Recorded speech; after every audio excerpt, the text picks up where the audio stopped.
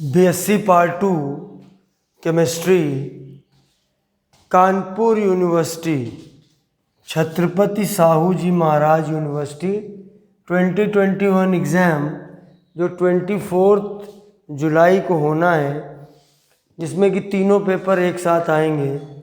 तो अगर आप कानपुर यूनिवर्सिटी के हो तो ये वीडियो आपके मतलब का है। अगर आप मेरे स्टूडेंट हो, मेरे बैच में आप बीएससी सेकेंड ईयर श्यामनगर में पढ़ते थे, तो आपके लिए मतलब के लिए है ही। बेसिकली आप ही लोगों के लिए बना रहा हूँ, लेकिन इससे फ़ायदा उन स्टूडेंट्स को भी होगा जो मुझसे नहीं पढ़ते थे, तो उनको भी पढ़ सकते हैं। कानपुर यूनिवर्सिटी के अलावा यूपी भर में ये रूल है, तो यूपी की और भी यूनिवर्सिटीज़ हैं, उनके लिए भी आप लोग ये वीडियो पढ़ सकते हो। डी ब्लॉक की मैंने आपको कई प्रॉपर्टीज़ बताई थी पार्ट 1 में, तो पार्ट 1 आप पढ़ लीजिए। नहीं पढ़ा है, डिस्क्रिप्शन बॉक्स में जाइए, वहाँ पर मैंने लिंक शेयर किया हुआ है, पहले उसको पढ़िए। बाहुबली पार्ट 2 देख लोगे, पार्ट 1 नहीं देखोगे तो मज़ा नहीं आएगी, ठीक है। तो आज मैं आपको साथ में कुछ क्वेश्चंस भी कराऊंगा ऑब्जेक्टिव, सरल लेवल के, आपको बताने के लिए कि इस लेवल के क्वेश्चन आने हैं। अगर आप लोग इजी नोट्स वगैरह आपके पास है, क्योंकि मुझे जहाँ तक याद आता है कि फर्स्ट पेपर सेकेंड ईयर का ऑब्जेक्टिव कभी हुआ नहीं, शायद थर्ड हुआ है, सेकंड हुआ है, तो उसके क्वेश्चंस जहाँ तक मुझे, मैं थोड़ा भुलक्कड़ हूँ, भूल जाता हूँ, तो अगर वो क्वेश्चन आपको ओरिजिनल मिल जाते हैं तो अच्छी बात है। तो इजी नोट्स आपको उस तरीके की शायद ना मिल पाए, क्योंकि वो अभी तक अवेलेबल ही नहीं है। तो आप इजी नोट्स जो भी मिल जाए थ्योरी वाली वो ख़रीद लीजिए, उससे थोड़ा सा पढ़ सकते हैं। अदरवाइज़ मैं थोड़े से क्वेश्चन आपको बताऊंगा, आप जो जो मैं बता रहा हूँ उसको पढ़ के जाना, पेपर इजी आएगा, आप कर लोगे। देखिए प्रॉपर्टीज़ में हम आते हैं। Colour of ions and compounds. देखिए most of the ions and compounds of transition. देखिए जब भी मैं ट्रांजिशन बोलूं तो उसका मतलब टिपिकल ट्रांजिशन एलिमेंट होगा, कंपाउंड्स ऑफ ट्रांजिशन एलिमेंट्स। और हाँ, नोट्स बनाते चलिए। आप नोट्स बना लोगे तो पेपर, क्योंकि आपको एक दिन में सब कुछ पढ़ के जाना है, आपको 3 घंटे 1.5 घंटे का पेपर है और 3 पेपर एक साथ आपको पढ़ के जाने हैं, तो इसलिए आसान नहीं होगा। तो एक शॉर्ट नोट्स बनाइए, लॉन्ग नोट्स काम नहीं करेंगे, बहुत छोटे नोट्स। उसके लिए एक पतली कॉपी 25-30 रुपए की क्लासमेट की आती है, छोटी सी कॉपी, उसको खरीदिए और उसमें शॉर्ट पॉइंट्स बनाइए।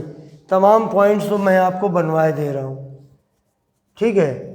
Most of the ions and compounds of transition elements are colored due to presence of unpaired d electrons। Coloured होने का कारण क्या है कि उनके पास अनपेयर्ड डी इलेक्ट्रॉन है, ठीक है। और एक और भी आप इसमें कॉज में बता देना, डी डी ट्रांजिशन, ये कलर, कॉज ऑफ कलर। देखिए आपका cause of colour unpaired electron तो है ही, लेकिन डी डी ट्रांजिशन एक टर्म आता है जो एक्चुअल में बीएससी थर्ड ईयर में आप पढ़ोगे। ये टर्म जो लिया गया है, ये लिया गया है from CFT, crystal field theory. वो एक्चुअल में आपके सिलेबस में नहीं है, सेकेंड ईयर में नहीं है। 12th में आपने थोड़ा सा पढ़ा होगा CFT, बाकी डिटेल में बीएससी थर्ड ईयर में है। तो ये CFT से लिया गया है, डी से डी में ट्रांजिशन। शायद आपको याद हो एक लेवल होता है T2G, एक लेवल होता है EG। T2G लेवल से EG लेवल में इलेक्ट्रॉन का मूव करना वो कहलाता है डी ट्रांजिशन। एक डी लेवल से दूसरे डी लेवल पे जाना।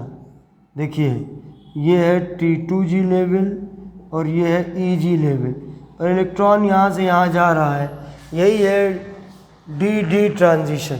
तो मैं इसको डिटेल इसलिए नहीं ले रहा हूँ कि ये सिलेबस में नहीं है। तो ये कलर का कॉज ये है, कलर का कारण है कि कंपाउंड के अंदर या एलिमेंट जो है डी ब्लॉक एलिमेंट, उसके अंदर अनपेयर्ड इलेक्ट्रॉन का होना। अगर एक भी अनपेयर्ड इलेक्ट्रॉन है तो वो कलर्ड होगा। मैं आपको कुछ एग्जांपल दिखाता हूँ और फिर बताता हूँ, याद दिलाता हूँ कि डी ब्लॉक के लिए और एफ ब्लॉक के लिए और कोऑर्डिनेशन कंपाउंड के लिए ये 3 टॉपिक हैं जिनके लिए आफबाऊ प्रिंसिपल, आफबाऊ कॉन्फ़िगरेशन बेहद ज़रूरी टॉपिक है। आप अगर आफबाऊ कॉन्फ़िगरेशन को तैयार करोगे, नहीं करोगे तैयार, तो फंस जाओगे इस पेपर में। ठीक है, तो मैं एग्जाम्पल लेता हूँ। देखिए Zn2+ ion is colourless as n = 0, number of unpaired electron 0। देखिए कैसे है। अब इसी को आप चाहो तो क्वेश्चन बना लो। मैं ज़्यादा क्वेश्चन बनाऊंगा तो दिक्कत होगी। अब मेरे पास स्मार्ट बोर्ड भी नहीं है। स्मार्ट बोर्ड हो तो उसमें मैं सारा फीड कर दूं, तो मुझे इसी में काम चलाना पड़ेगा। तो इसीलिए मैं पॉइंट्स दे रहा हूँ, क्वेश्चन इन्हीं में से निकलेंगे। आप पॉइंट्स पढ़ोगे, क्वेश्चन कर लोगे। Zn2+ ion is colourless as n = 0। तो जिंक का पहले कॉन्फ़िगरेशन निकालेंगे, मैं डायरेक्ट निकालूंगा, मैं आपको सिखा चुका हूँ। इसमें आएगा हमारा 4s0 3d10, और 3d10 अगर है तो भैया 1 2 3 4 5 6 7 8 9 10, ये हमारा हुन्स रूल के हिसाब से भरना है। n = 0 है, इसलिए ये कलरलेस होगा। और देखो कलरलेस का मतलब वाइट होता, वाइट कोई कलर नहीं है। What is your favourite colour पूछते हैं ना, आपका फेवरेट कलर क्या है? बोलो I love white colour, my favourite colour is white. तो केमिस्ट्री पॉइंट ऑफ व्यू से white is not a colour, white is colourless. ठीक है, तो ये हमारा एग्जाम्पल हुआ कलर का एक पहला। इसे दूसरा हमने लिया Fe2+ 26 24 बचेगा। ये 4s0 3d6 होगा, और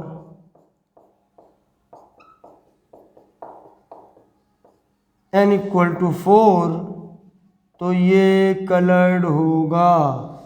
अब कौन सा कलर्ड होगा, कौन सा कलर होगा? It can not be predicted by using the theory in this particular level. हम BSc सेकेंड ईयर में, हमारे पास कोई थ्योरी नहीं है जिसमें हम लोग ये बता सकें कि कौन सा कलर होगा, बट ये कलर्ड होगा। तो ये हमारा कलर का कारण हुआ। तो ये एक और हमारी प्रॉपर्टी हो गई। एक आध क्वेश्चन, 1 से 2 क्वेश्चन आपको कलर में मिलेंगे। अच्छा, कुछ बच्चों ने मुझको फ़ोन करके पूछा कि सर अब तो 100 क्वेश्चन है, अगर उसमें हमको 75 करने हैं तो हम सारे कर दें, उसमें वो कोई 75 पिक करेगा तो नहीं, आपके जो पहले 75 होंगे उनको वो लेगा, फर्स्ट 75 और लास्ट के 25 को इग्नोर कर देगा। आपको 75 क्वेश्चन अगर कोई चॉइस मिल रही है तो चॉइस मिलेगी। और न्यूज़पेपर को आजकल रोज़ देखते रहिए, जो चेंजेस हैं न्यूज़पेपर में आ रहे हैं। ठीक है, अगर आपको मल्टीपल चॉइस क्वेश्चन में चॉइस मिले, मान लो आपको 100 क्वेश्चन है 1.5 घंटे में, पहले 2 घंटे में आते थे, आपसे कहा गया attempt any 75 questions, then you have to attempt only 75 questions. आप 75 के अगर बाद कोई क्वेश्चन टच करोगे तो वो जो पहले 75 क्वेश्चन है, जहाँ तक मुझे समझ में आता है, कंप्यूटर उनको एक्सेप्ट करेगा और बाकी के उनको वो रिजेक्ट कर देगा। ठीक है, तो आपको चॉइस भी मिल रही है, अच्छी बात है। अच्छा, अब कलर के बाद देखिए अगली property, tendency to form complex और कोऑर्डिनेशन कंपाउंड। ये कोऑर्डिनेशन कंपाउंड बनाने की टेंडेंसी होती है। D block metals act as central atom in so many complex compounds। बहुत सारे कॉम्प्लेक्स कंपाउंड में वो वर्क करता है, कॉम्प्लेक्स कंपाउंड की तरह, सेंट्रल एटम की तरह। जैसे मैंने लिया K4Fe6 और इसमें यहाँ पर ये है सेंट्रल एटम, ये सेंट्रल एटम है और ये डी ब्लॉक का है। तो डी ब्लॉक वाले सबसे अच्छी टेंडेंसी होती है। अब सवाल ये है कि ऐसी टेंडेंसी क्यों होती है, कॉज क्या है? तो देखिए कॉज ये है कि D block elements have high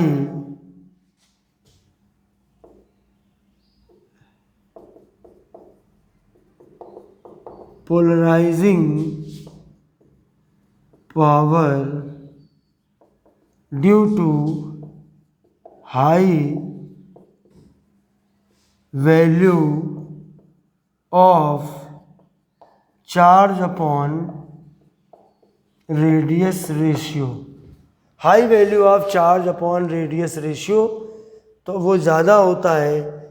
इस वजह से देखिए पोलराइजिंग पावर का मतलब होता है कि लिगेंड के साथ में एक मजबूती से बॉन्ड बनाना, एनायन के चार्ज को अपनी तरफ खींचना ताकि बॉन्डिंग मजबूत हो।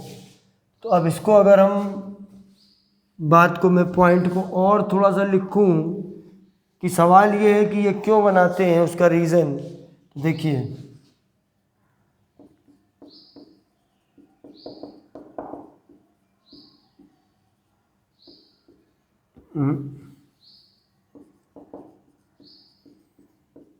Tendency to form complexes directly proportional to polarizing power of cation, which is directly proportional to charge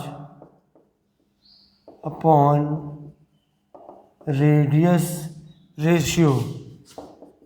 अच्छा, इसको हम E/R रेशियो भी कहते हैं। चार्ज अपॉन रेडियस रेशियो ज़्यादा होता है, इसीलिए कोऑर्डिनेशन कंपाउंड का बहुत क्लोज रिलेशन है with D block elements. D block elements के साथ उसका गहरा संबंध है, बहुत अच्छा सा रिश्ता है, इसलिए आपको ये पॉइंट को करना है। ये सारी प्रॉपर्टी हम लोग पढ़ रहे हैं ट्रांजिशन एलिमेंट्स की। अब तक जो प्रॉपर्टी हमने ली, presence of unpaired d electron, variable oxidation state और वेरिएबल वैलेंसी, पैरामैग्नेटिक बिहेवियर। अच्छा, एक और भी पॉइंट आप लिख सकते हो, एनोमलस या एबनॉर्मल या एक्सेप्शनल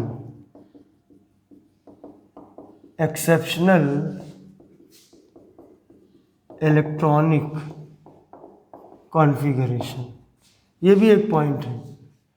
मैं कुछ एलिमेंट लिख देता हूँ कुछ एग्जाम्पल के तौर पे, chromium, copper, molybdenum,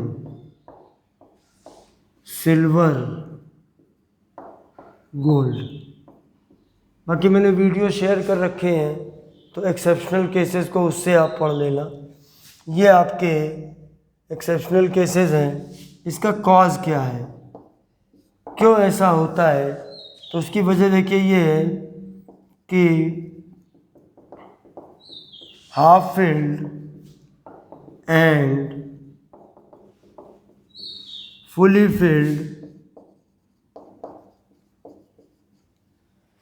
subshells are more stable than other ones which are neither half filled nor fully filled। आधे भरे और पूरे भरे सबशेल बाकी सबशेल के कंपैरिजन में ज़्यादा स्टेबल होते हैं और वो स्टेबिलिटी अटेन करने के लिए इलेक्ट्रॉन ट्रांसफ़र होता है। ज़्यादा स्टेबिलिटी अटेन करने के लिए जैसे क्रोमियम का हम कॉन्फ़िगरेशन करें आर्गन 18 4s2, डिस्क्रिप्शन बॉक्स में जाइए, कॉन्फ़िगरेशन से रिलेटेड मैंने आपको शेयर कर रखा है वीडियो, उसको पढ़िए और कॉन्फ़िगरेशन को लिखने का मॉडर्न ढंग और हर चीज़ सीखिए। तो ये हुआ हमारा 4s2 और 3d4। ये इसका वो कॉन्फ़िगरेशन है जो अफबाऊ प्रिंसिपल से आता है। तो आप देख सकते हो कि इनमें क्या होता है, इनमें ध्यान रखना है कि लास्ट में D4 या D9, मान लो आप भूल गए इनमें से कोई एलिमेंट, कोई बात नहीं, वो आपको कॉन्फ़िगरेशन देगा, कोई बात नहीं, वो देगा तो लास्ट में D4 या D9 आएगा।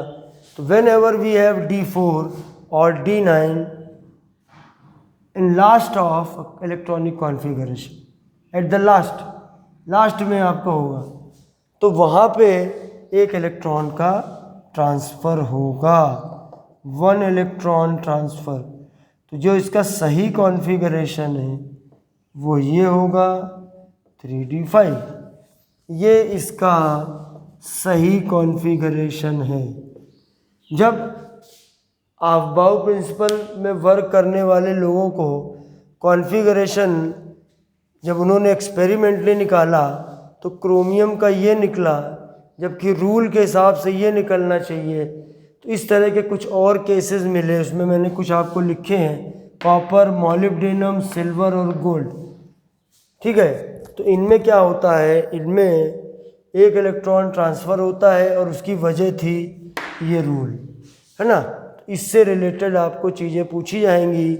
जब आपको क्रोमियम का करना है तो आप ये करोगे, और ध्यान रखना कि ये क्रोमियम की ग्राउंड स्टेट है। जो कॉन्फ़िगरेशन अफबाऊ प्रिंसिपल से आता है और जिसकी वजह से इलेक्ट्रॉन भी ट्रांसफ़र होता है, ट्रांसफ़र होने के बाद जो क्रोमियम का कॉन्फ़िगरेशन ये है ही नहीं। ये क्यों होता है उसके लिए ये रीज़न आपको दिया गया। ठीक है, तो एक्सेप्शनल कॉन्फ़िगरेशन भी एक है। वेरिएबल ऑक्सीडेशन स्टेट में मैंने आपको ऑक्सीडेशन स्टेट्स भी बता दिए थे, वो आपको याद कर लेने हैं। कलर भी हो गया, मैग्नेटिज्म भी हो गया। अच्छा, अब देखिए, अब जो प्रॉपर्टी है एलॉय फॉर्मेशन,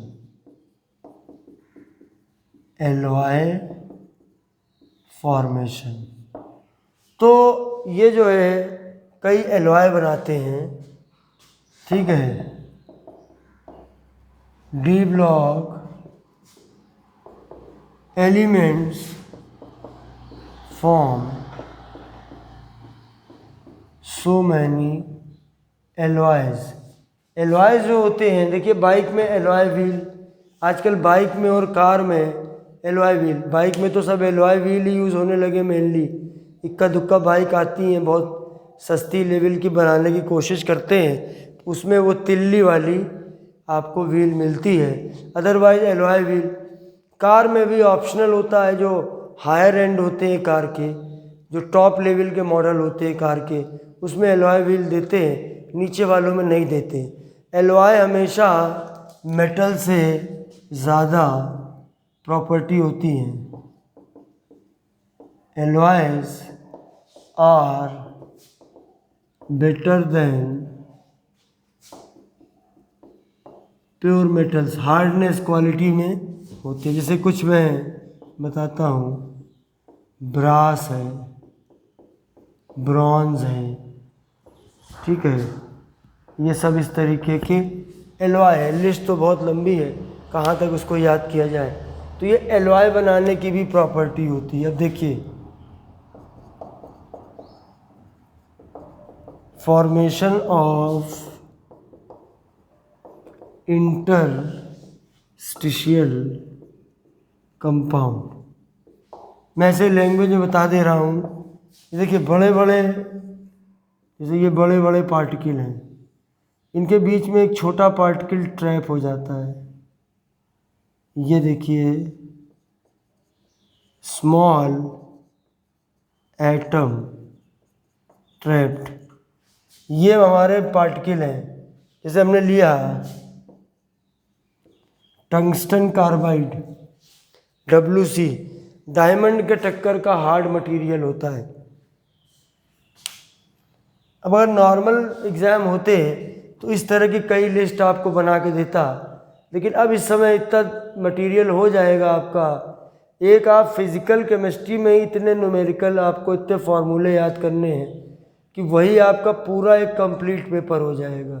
प्लस इनऑर्गेनिक भी है, ऑर्गेनिक भी है, तो थोड़ी काट छाट करके चलिए आप, ठीक है। ये टंगस्टन कार्बाइड है, ये डायमंड के बराबर हार्ड होता है। अब देखिए, जैसे ये बीच में स्मॉल एटम ट्रैप्ड होते हैं, हाइड्रोजन है, कार्बन है ना, आपका नाइट्रोजन है, बोरॉन है, बेरिलियम है, ये सब छोटे छोटे एटम को बीच में ट्रैप कर देते हैं। तो मेटल वैसे भी हार्ड होते हैं, अगर उनके बीच में, बीच वाली जो जगह है, अगर वहाँ पर भी कोई चीज़ लगा दी जाए तो उनकी हार्डनेस बहुत ज़्यादा बढ़ जाती है। अच्छा, तो ये फॉर्मेशन ऑफ इंटरस्टिशियल कंपाउंड, छोटे छोटे पॉइंट हैं, करीब करीब आपका डी ब्लॉक का हिस्सा कवर हो जाएगा, ठीक है। अच्छा, अब हम आते हैं अगले पॉइंट पे। अगला जो पॉइंट है हमारा वो है tendency to form non stoichiometric compound. Non stoichiometric compound ऐसे कंपाउंड होते हैं जिनको देख के अचानक मुंह से लगेगा, अरे अरे ये क्या लिख दिया भाई। जैसे मैं आपको दिखाता हूँ, मैंने लिखा Fe0.98O, ये एक नॉन स्टाइकोमेट्रिक कंपाउंड है। लेकिन नॉर्मल जो फार्मूला होता है, देखिए जो आपका नॉर्मल फार्मूला होता है वो चलता है FeO। क्या चलता है? FeO। इसलिए आपका इसका नाम है, देखिए एक नाम इसका ऐसे लिखते हैं, एक एक चीज़ को ध्यान से पढ़ना, पता नहीं कहाँ से ऑब्जेक्टिव में बन जाए। ये फेरस ऑक्साइड है, इसको ऐसे भी लिखते हैं आयरन 2 ऑक्साइड, क्योंकि ऑक्सीजन की वैलेंसी 2 होती है, Fe की 2 होती है। Fe की 2 वैल्यू होती है, एक +2 और एक +3। यहाँ पे +2 है जो हमारा फेरस ऑक्साइड हो गया या आयरन 2 ऑक्साइड हो गया। अब ये इसका फॉर्मूला है, यहाँ पर Fe और O 1:1 के रेशियो में है। जब इसका आप लैटिस बनाओगे, क्रिस्टल देखोगे, Fe2+, बगल में O-, फिर Fe2+, O-, ऐसे हर एक Fe2 के बगल में O2-, हर एक O2- के बगल में Fe2+। लेकिन डिफेक्ट होने की वजह से, डिफेक्ट पैदा होता है क्रिस्टल डिफेक्ट की वजह से, ये रेशियो, जैसे यहाँ पर अगर हम 100 मल्टीप्लाई करें तो 100:100, 100 Fe पे 100 O होंगे, तो फॉर्मूला FeO बना। क्या लगता है आपको कि फॉर्मूले सिर्फ वैलेंसी से बनते हैं? नहीं, फॉर्मूले जो सॉलिड्स होते हैं उनके फॉर्मूलों में सॉलिड स्टेट का सपोर्ट भी होना चाहिए। तो अब सपोर्ट नहीं है तो फॉर्मूला ये हो गया। अब आप इसमें देखिए, Fe और O 0.98:1, या 98:100, यानी कि 100 ऑक्सीजन में 2 Fe2+ मिसिंग है, इसीलिए इसका फॉर्मूला गड़बड़ हो गया। तो ये हमारे नॉन स्टाइकियोमेट्रिक कंपाउंड भी बनाते हैं। ठीक है। अच्छा, आप देखिए, प्रॉपर्टीज़ तो मैंने आपको बता दी। अब जैसे डी ब्लॉक में होता क्या है कि बहुत सारे कंपाउंड्स भी होते हैं। अब इतने सारे कंपाउंड्स अब लेने का मतलब तो नहीं है, तो हम लोग कुछ मेन कंपाउंड्स लेके चलेंगे। और ऐसे 2 मेन कंपाउंड जिनको आप प्रैक्टिकल्स में भी यूज़ करते आए हो फ्रॉम क्लास 11th, और बीएससी में भी उनका बड़ा रोल होता है, तो वो 2 कंपाउंड हैं। तो मैं थोड़ा उनके बारे में भी आपको कुछ बताने जा रहा हूँ।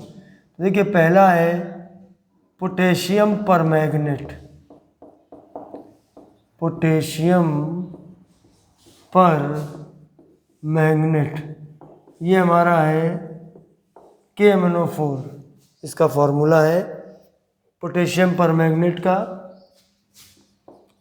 ये पर्पल कलर का होता है और एक important, it is very strong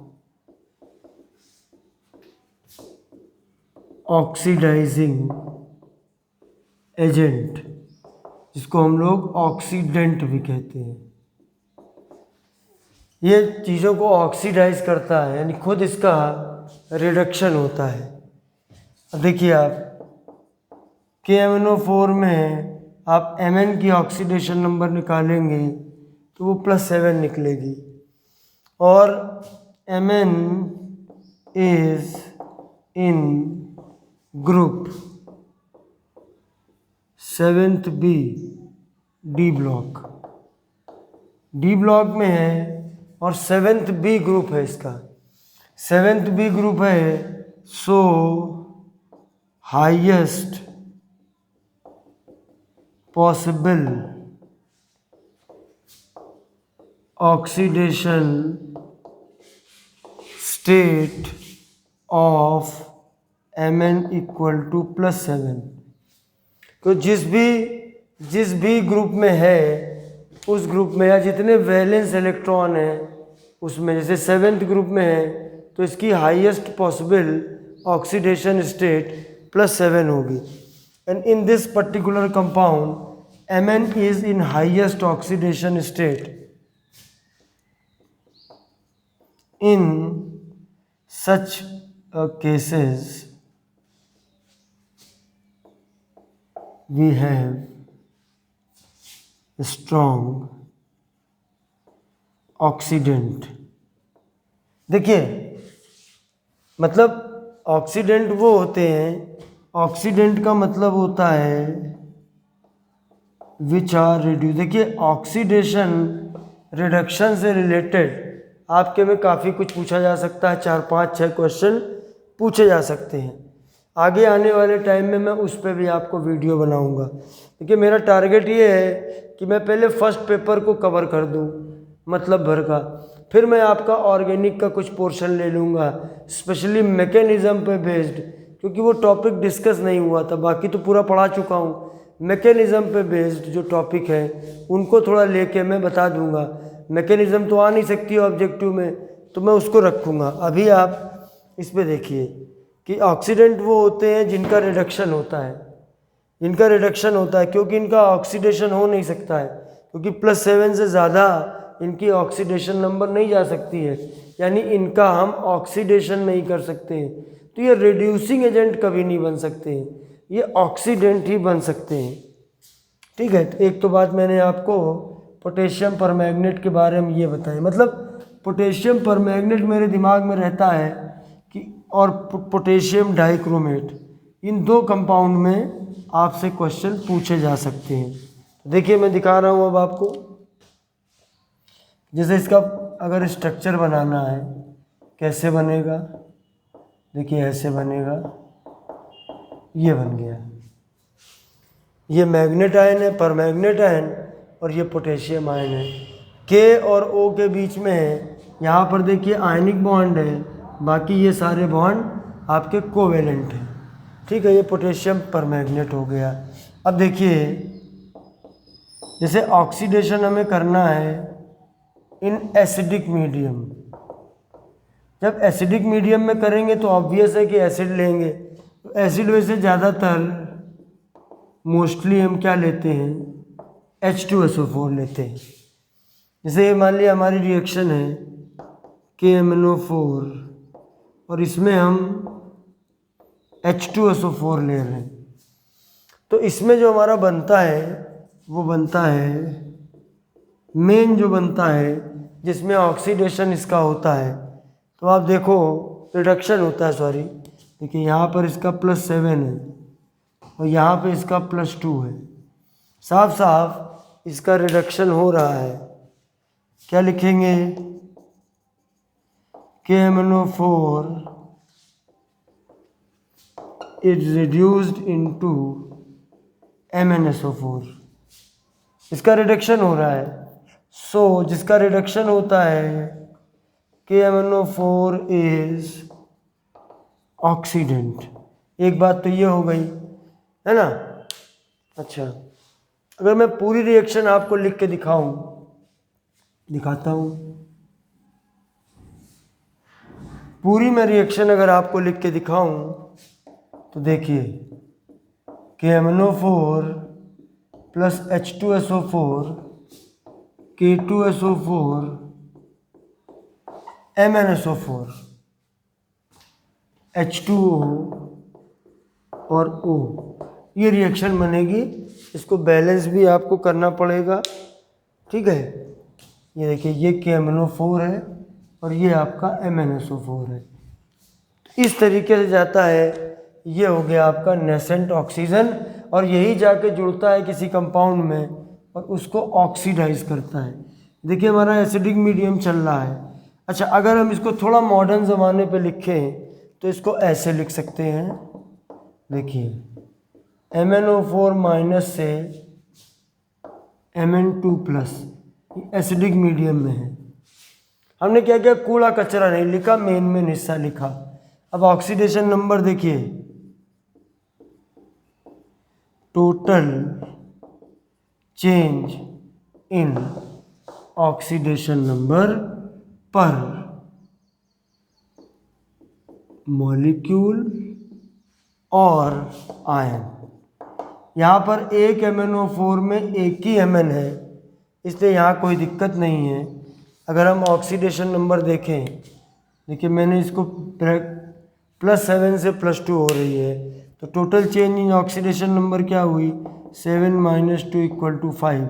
तो N की वैल्यू हो गई 5। N कुछ और नहीं है, इसको आप कुछ नाम दे दीजिए, N फैक्टर कह दिया हमने, तो N फैक्टर हमारा हो गया, इसकी वैल्यू हो गई 5। अब इसे इसमें हमको निकालना है इक्विवेलेंट मास। इक्विवेलेंट मास होता है मोलर मास अपॉन N। अब इक्विवेलेंट मास हमको निकालना है, E से डिनोट करते हैं, E से हमको निकालना है E किसका, KMnO4 का। तो इसका मोलर मास होता है 158 / 5। मोलर मास KMnO4 का याद कर लो, 158 होता है भाई। K होता है 39, Mn 55 के करीब होता है, वो 16 होता है। 158 मुझे याद है टर्म। देखिए 13.6, ये वैल्यू आपसे पूछी जा सकती है, याद कर लीजिए, निकालना भी सीख लीजिए। तो अगर एसिडिक मीडियम में करेंगे तो ये। अच्छा, अगर हम इसको बैलेंस करते हैं तो यहाँ 5 हो आता है। एक तरीका ये भी है, एक ये वाला तरीका चेंज इन ऑक्सीडेशन नंबर, और दूसरा हमारा तरीका है कि नंबर ऑफ नेसेंट ऑक्सीजन। जब इसको आप बैलेंस करोगे तो यहाँ 5 हो आएगा, तो 5 से भी डिवाइड करते हैं। देखो एक तो आपका ये एसिडिक मीडियम में आपका हो गया। ठीक है, अब मेन फार्मूले हम लोग लेके चलेंगे। अब हम देखते हैं बेसिक मीडियम में, नंबर 2 पे बेसिक मीडियम। इसमें हमको बेस लेना है। जैसे देखिए हमने KMnO4 लिया और इसमें बेस ले लिया KOH। इससे क्या हुआ, ये K2MnO4 में कन्वर्ट हो गया। ये पोटेशियम परमैंगनेट है और ये पोटेशियम मैग्नेट है, पोटेशियम मैग्नेट। ऑक्सीडेशन नंबर लिख दीजिए, यहाँ पे है हमारी +7 और यहाँ पे है हमारी +6। और अब चेंज इन ऑक्सीडेशन नंबर देखिए, N इक्वल टू क्या हुआ, 7 - 6 = 1 हुआ। ठीक है। अच्छा, इसको हम ऐसे भी लिख सकते थे। देखिए दूसरा तरीका क्या है, दूसरे तरीके में जो फालतू के आयन्स हैं उनको छोड़ दिया जाता है। ठीक है, जैसे केला है, इसमें पूरा केला ले लिया गया, इसमें केले का जो छिलका है उसको हटा दिया गया, सिर्फ केले के अंदर का आइटम लिया गया। ठीक है, MnO4- से देखिए ये MnO4 2- है, यहाँ पे MnO की वैलेंसी 2- है। इसकी जब हम ऑक्सीडेशन नंबर निकालोगे तो वो वही आएगी +7 और यहाँ पर आएगी +6। N इक्वल टू देखिए यहाँ पर भी 1 आएगा। और अगर अब हम इक्विवेलेंट मास निकालें KMnO4 का, but now in basic medium, तो मोलर मास अपॉन N हो जाएगा। और मोलर मास कितना है 158, N कितना है 1, पूरी वैल्यू क्या आ गई 158। ये हमारा हो गया पोटेशियम परमैंगनेट बेसिक मीडियम में। अब हम आते हैं, एक तीसरा मीडियम है, वो है न्यूट्रल मीडियम। उसमें ना तो एसिड लेंगे ना हम बेस लेंगे। तो तीसरे नंबर पे हम आएंगे, उसमें है neutral medium. Neutral medium, neutral medium का क्या मतलब हुआ, देखिए न्यूट्रल मीडियम का ये मतलब हुआ कि KMnO4 या वाटर है, मैग्नीज डाइऑक्साइड में कन्वर्ट होगा। देखिए फिर ऑक्सीडेशन नंबर में कमी आएगी, ये +7 हो गया, ये +4 हो गया। ऑक्सीडेशन नंबर निकालना सीख लेना अच्छे से। अब यहाँ पर N की वैल्यू कितनी आई 7 - 4, ये वैल्यू आई 3। तो अगर हम इसको दूसरी तरीके से लिखें तो ऐसे लिखेंगे MnO4- से, ये आयन में नहीं टूटता है, MnO2 आयन में नहीं टूटता है। ये देखिए +7 हुआ और ये देखिए +4 हुआ। चाहे ये इक्वेशन लो चाहे ये इक्वेशन लो। अब हमको अगर इक्विवेलेंट मास अब निकालना है KMnO4 का इन न्यूट्रल मीडियम, तो 158/3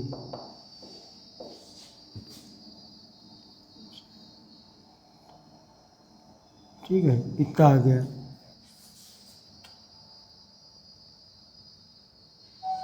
ठीक है, तो ये हमारा तीनों मीडियम में मैंने आपको बता दिया।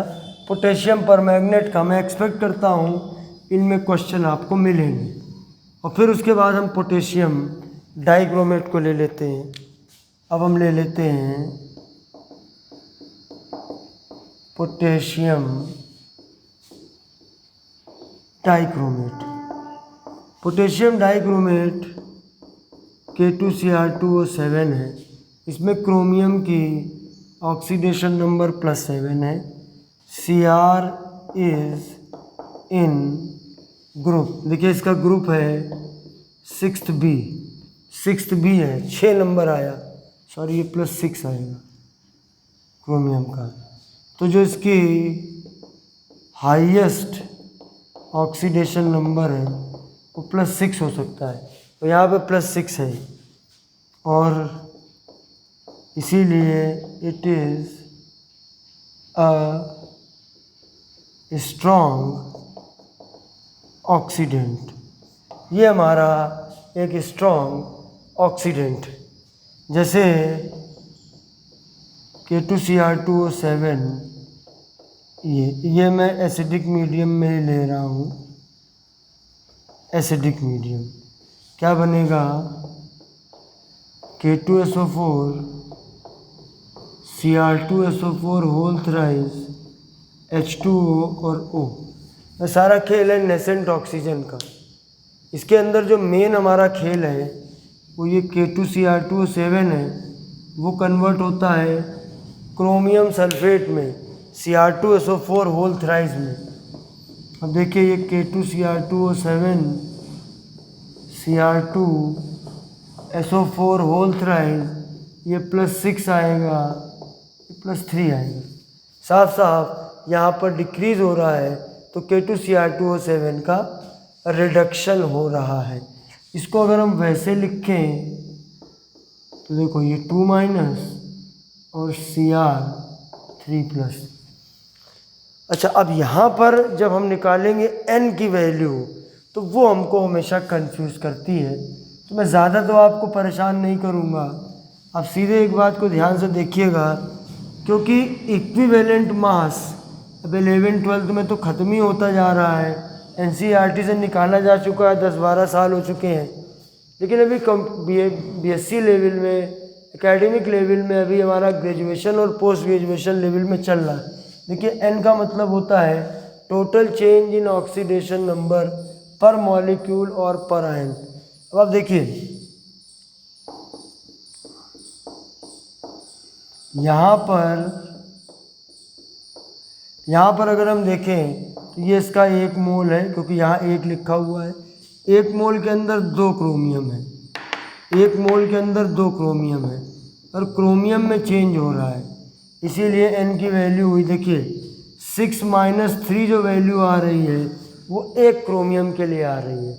जब भी हम ऑक्सीडेशन नंबर निकालते हैं तो वो हमेशा 1 एटम की होती है, वो पर एटम की होती है हमेशा। लेकिन यहाँ पर जो हम निकाल रहे हैं वो यहाँ पर 2 एटम के लिए, 1 एटम के लिए तो पावर से निकल आती है, लेकिन यहाँ पर 2 क्रोमियम है, तो जितने हो वो मल्टीप्लाई कर दो। ज़्यादा पचड़े में मत पढ़ना, एक ही वैल्यू है, इसको याद कर लेना अगर ना समझ में आए तो। ये वैल्यू देखिए आपकी 6 आई। अगर अब हम इसका इक्विवेलेंट मास लें, किसका, K2Cr2O7 का, तो मोलर मास अपॉन n होता है। इसका जो मोलर मास है वो 294 है अपॉन 6,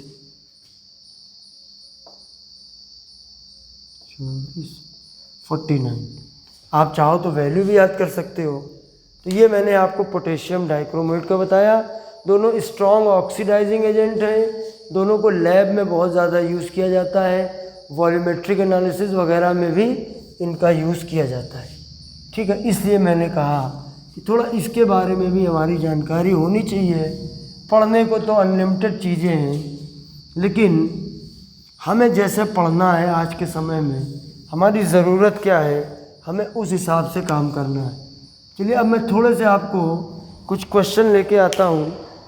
अच्छा होता मेरे पास स्मार्ट बोर्ड होता, चलो मैं ही स्मार्ट हूँ, यही काफ़ी है। बोर्ड को तो मैं स्मार्ट बना देता हूँ।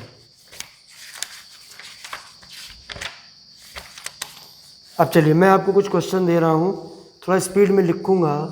ये ऑब्जेक्टिव क्वेश्चन है। पहला क्वेश्चन है, which of the following which are transition. बहुत बढ़िया क्वेश्चन लग रहा है और आपके पेपर में आ सकता है। 2-8-18-5, दूसरा है 2-8-14-2, तीसरा है 2-8-18-32, 18-8-1, चौथा है 2-8-5। दूसरा question, most abundant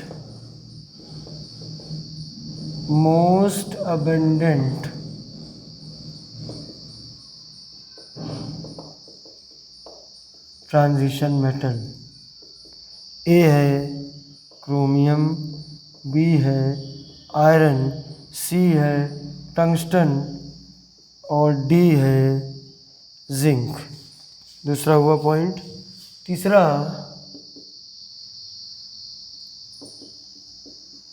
general configuration of transition element. पहला N-1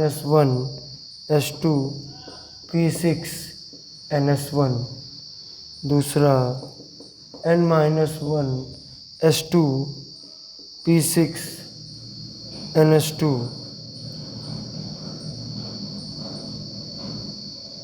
तो अच्छा सवाल है इसलिए मैं बता रहा हूँ। Np1, तीसरा है N-1 D1 to 10 NS0 to 2 और चौथा है N-1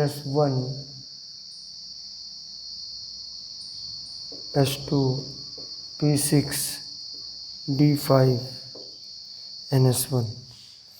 ये हमको जनरल इलेक्ट्रॉनिक कॉन्फ़िगरेशन दिया है। देखिए 3 क्वेश्चन हमने लिए हैं, पहले करते हैं, जितना करा सकता हूँ उतना मैं आपको करा रहा हूँ, थोड़ा आइडिया हो जाएगा। अब देखिए पहला सवाल है विच आर ट्रांजिशन एलिमेंट्स। अब ये हमको उन्होंने कॉन्फ़िगरेशन दे दिया है, तो कॉन्फ़िगरेशन को आपको याद करना पड़ेगा। मैंने आपको सिखाया है, डिस्क्रिप्शन बॉक्स में जाके अच्छे से कॉन्फ़िगरेशन सीखो, नहीं तो फंस जाओगे।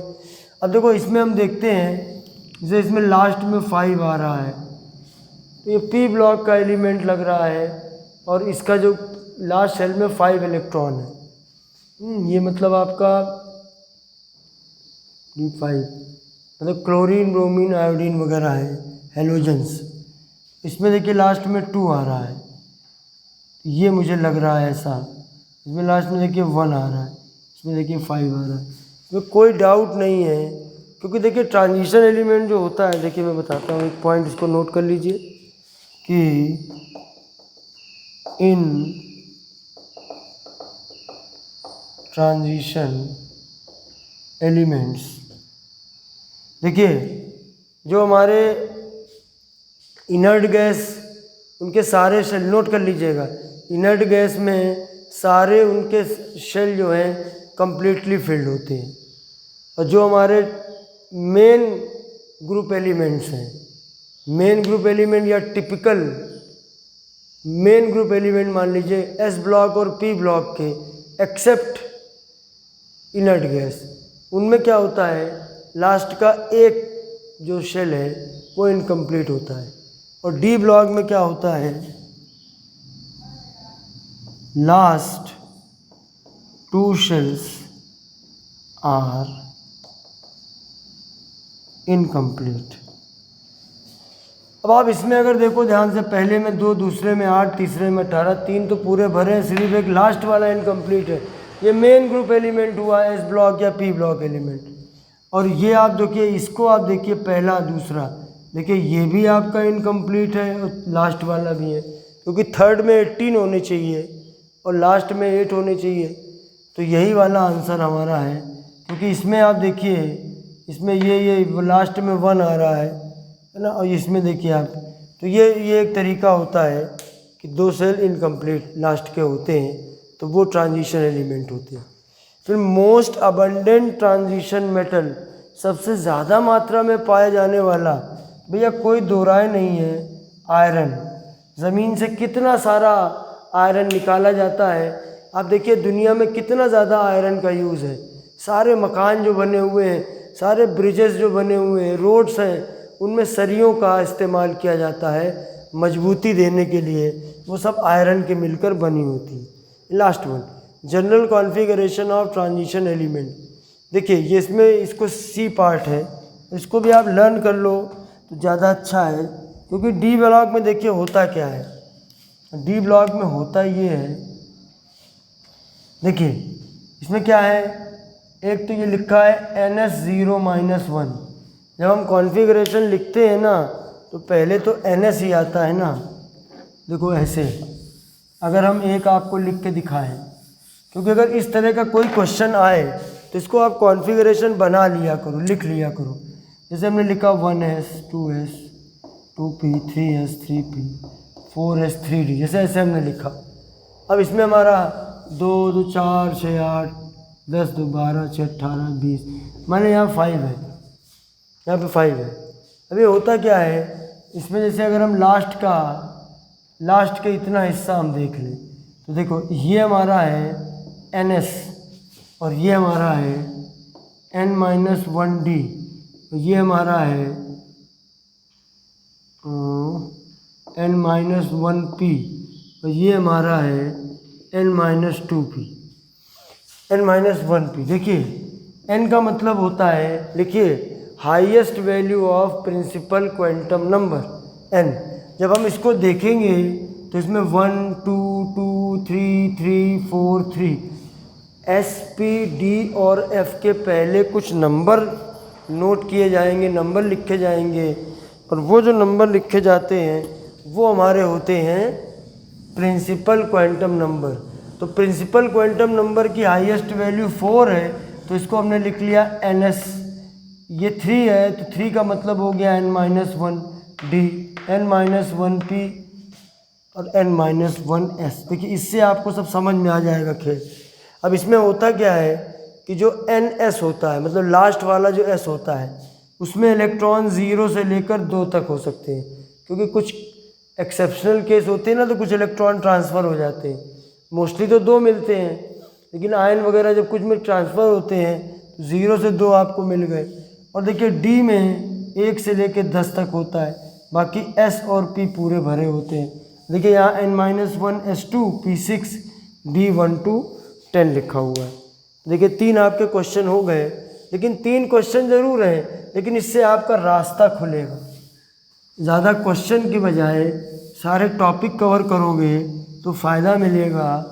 मुझे जो अपने एक्सपीरियंस से समझ में आ रहा है वो मैं आपको बता दे रहा हूँ।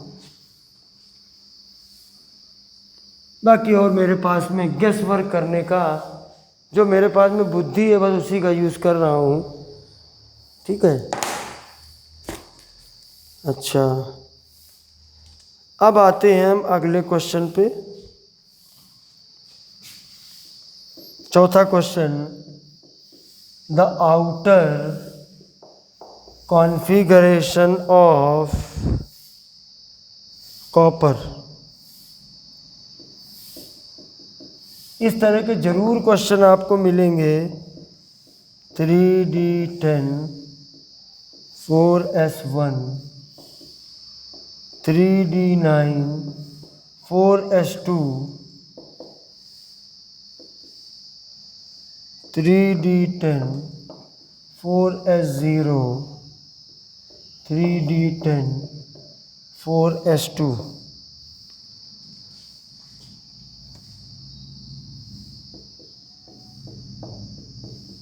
The second transition series start with Y, YB, SC, RH।